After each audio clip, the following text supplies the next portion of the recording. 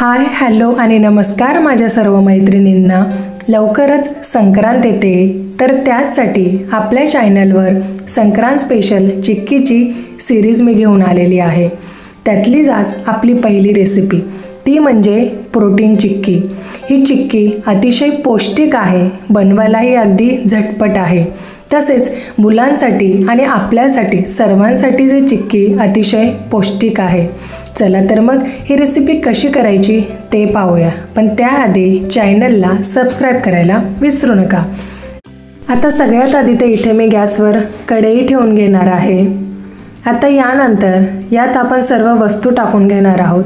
आता इथे मी बदामचे तुकडे टाकलेले आहेत, त्यानंतर काजूचे तुकडे टाकलेले आहेत, अक्रोडचे तुकडे टाकलेले आहेत, नंतर सूर्यफूलची बी आहे, भोपाळच्या बिया मी त्याचेही थोडेसे तुकडे करून घेतलेले आहेत, त्यानंतर मगज बी घेतलेली आहे, त्यानंतर जवस टाकलेला आहे, नंतर इथे पिस्त्याचे तुकडे घेतलेले आहेत. आता हे सर्व साहित्य 1 ते 2 मिनटं परतवून घ्यायचे आहेत. आता इथे सगळे मी ड्रायफ्रूट्स माझ्या आवडीने घेतलेले आहेत. तुम्हाला जे अवेलेबल होतील किंवा तुमच्या आवडीनुसार तुम्ही यात ड्रायफ्रूट्स घेतले तरीही चालेल. आता हे 2 ते 3 मिनटं परतवून घ्यायचं आहे. गॅस मी कमीच ठेवलेला आहे. आता 2-3 मिनटं इथे मी परतवून घेतलेलं आहे. आता यानंतर यात खसखस टाकायची आहे. खसखस नंतर टाकणार आहोत आपण, कारण आधीच टाकलं तर ती लगेच जळते. त्यानंतर इथे मी काळे आणि पिवळे बेदाणे घेतलेले आहेत, त्याचेही तुकडे करून घेतलेले आहेत. आता हे सर्व साधारण 4 ते 5 मिनटं व्यवस्थित परतवून घ्यायचं आहे. आता इथे आपले सर्व ड्रायफ्रूट्स व्यवस्थित परतवून झालेले आहेत. आता हे एका बाउलमध्ये काढून घेणार आहोत. आता यानंतर मी त्याच कढईत इथे गूळ घेतलेला आहे. आता गूळ या कढईत टाकून घ्यायचा आहे.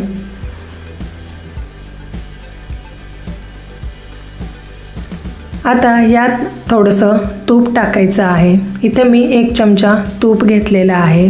तूपमुळे चिक्कीला छान शाईन येते. आता हे सर्व छान मेल्ट करून घ्यायचं आहे. गॅस फुल करायचा नाही आहे, नाही तर गूळ लगेच जळायला सुरुवात होते. गॅस अगदी कमी ठेवायचा आहे आणि कमी गॅसवरच हा गूळ पूर्णपणे मेल्ट करून घ्यायचा आहे. जर थोडीफार अशा गुठळ्या असतील तर त्या अशा चमच्याने व्यवस्थित काढून घ्यायच्या आहेत. आता इथे तुम्ही बघू शकताय आपला गुळाचा पाक छान हळूहळू होताना दिसतोय, पण आपण अजून थोडंसं याला 2 ते 3 मिनटं पाक करून घेणार आहोत. आता इथे तुम्ही बघू शकताय गुळचा कलर बदललेला दिसतोय. आता आपण चेक करूया गुळाचा पाक व्यवस्थित झाला आहे की नाही. आता मी इथे पाण्यात थोडेसे ड्रॉप टाकून घेतलेले आहेत. याचा गोळा होतोय, याचा अर्थ आपली चिक्की आता आपण करू शकतोय.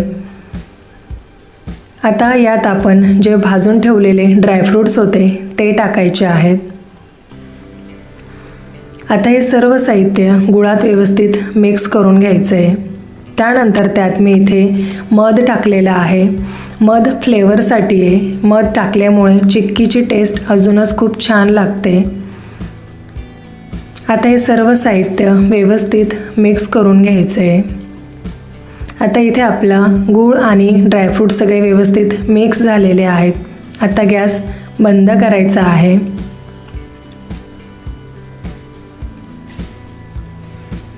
आता यानंतर इथे मी एक प्लॅस्टिकची पिशवी घेतलेली आहे. आता शक्यतो इथे स्टीलचीच प्लेट घ्यायची होती, पण मी इथे प्लॅस्टिकचा वापर केला आहे. पण तुम्ही तसं न करता अशा प्रकारे स्टीलची प्लेट घ्या आणि त्याला थोडंसं तुपाने ग्रेस करून त्यावर चिक्की टाका. आता मी यावरच आपलं जे चिक्कीचं मिश्रण होतं ते ओतून घेणार आहे. सगळं यावर व्यवस्थित काढून घ्यायचं आहे.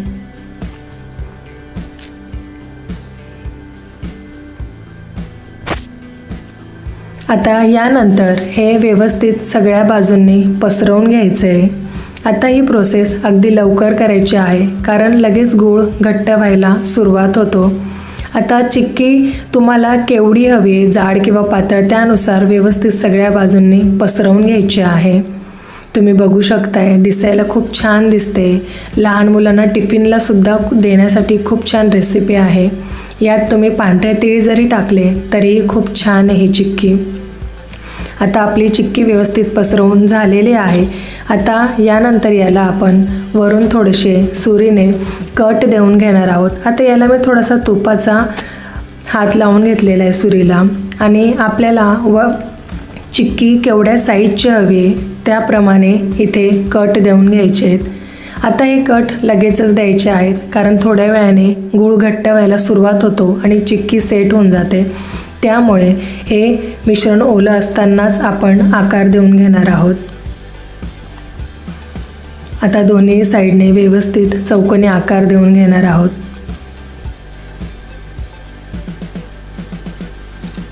आता इथे सर्व आकार देऊन झालेला आहे. आता इथे आपली प्रोटीन चिक्की खाण्यासाठी तयार आहे. तुम्ही बघू शकताय, दिसताना खूप कलरफुल दिसते. चला तर मग भेटूया परत अशाच एका नवीन रेसिपीत. तोपर्यंत टेक केअर अँड बाय.